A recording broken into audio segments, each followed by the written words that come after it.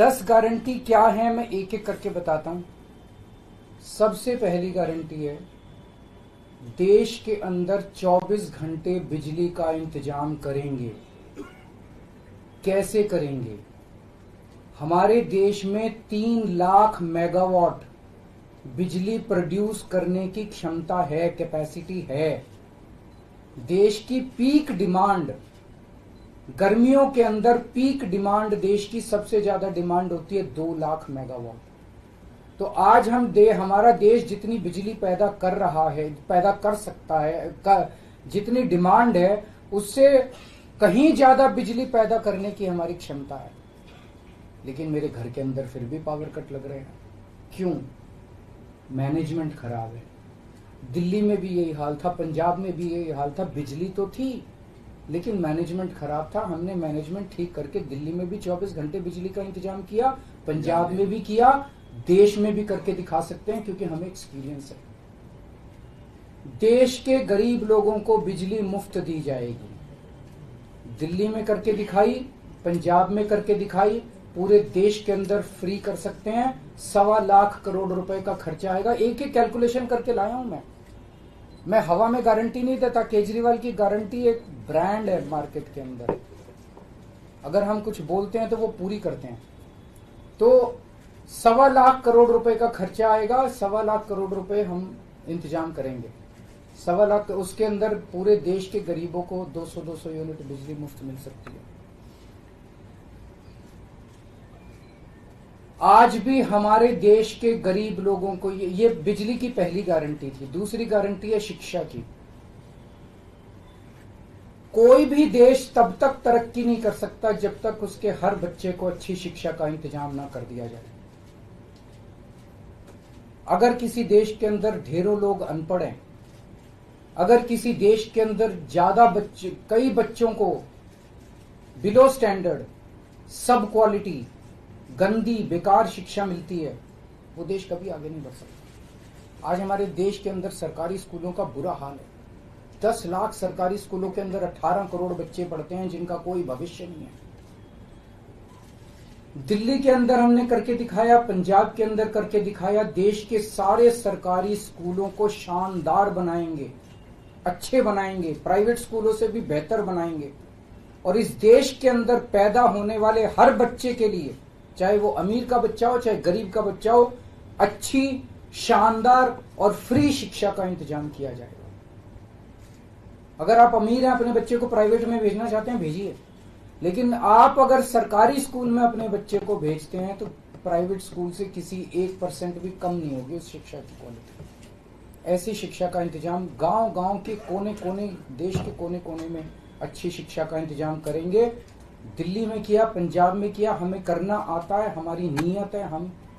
ये काम आजादी के वक्त हो जाना चाहिए था लेकिन नहीं हुआ। देर आए दुरुस्त आए। आजादी के 75 साल बाद भी हो गया तो बहुत अच्छी बात है। इस काम को करने के लिए 5 लाख करोड़ रुपए लगेंगे। 2.5 लाख करोड़ रुपए केंद्र सरकार देगी, 2.5 लाख करोड़ रुपए राज्य सरकार देगी। हर साल 5 साल में हर साल 50,000 करोड़ रुपए का खर्चा आएगा केंद्र सरकार को। 50,000 करोड़ तो कुछ भी नहीं है। अगर 50,000 करोड़ रुपए सालाना खर्चे में मेरे देश के बच्चा अगर 18 करोड़ बच्चों को अच्छी शिक्षा मिल जाए, इससे अच्छा और क्या हो सकता है। तीसरा, स्वास्थ्य। अगर मेरे देश की जनता स्वस्थ होगी, बीमारी नहीं होगी, तो देश तरक्की करेगा। पढ़ी लिखी जनता होगी, स्वस्थ जनता होगी, तो ये 140 करोड़ लोग ही तो इस देश को आगे ले जाएंगे। तो सब लोगों को अच्छे इलाज का इंतजाम करेंगे। आज अगर किसी को के घर में कोई बीमार हो जाए, बड़ी बीमारी हो जाए, सरकारी अस्पतालों का बुरा हाल है पूरे देश के अंदर और प्राइवेट वालों ने लूट मचा रखी है। पूरे देश में कोने कोने में, हर गांव में, हर मोहल्ले में मोहल्ला क्लिनिक खोला जाएगा। शानदार डिस्ट्रिक्ट हॉस्पिटल जितने, उनको मल्टी स्पेशलिटी बना के उनको शानदार प्राइवेट हॉस्पिटल्स की तर्ज पे बनाया जाएगा।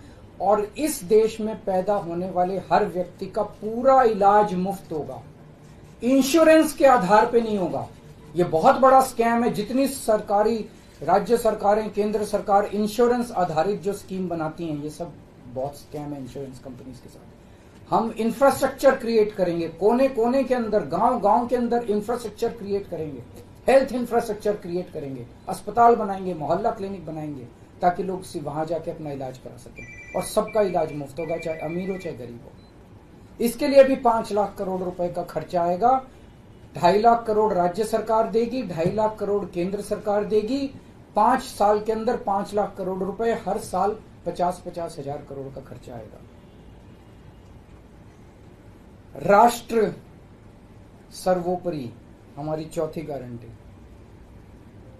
चीन ने हमारे देश की जमीन पे कब्जा कर लिया। सब जानते हैं, पूरी दुनिया जानती है, सैटेलाइट का जमाना है, सबके पास तस्वीरें हैं कि किस तरह से चीन ने हमारी सरजमी के ऊपर घुस के और उसके हमारी जमीन के ऊपर कब्जा कर लिया। जुठलाने से समस्या का समाधान नहीं होगा, लोगों से छुपाने से समस्या का समाधान नहीं होगा। हमारे देश की सेना के अंदर बहुत ताकत है।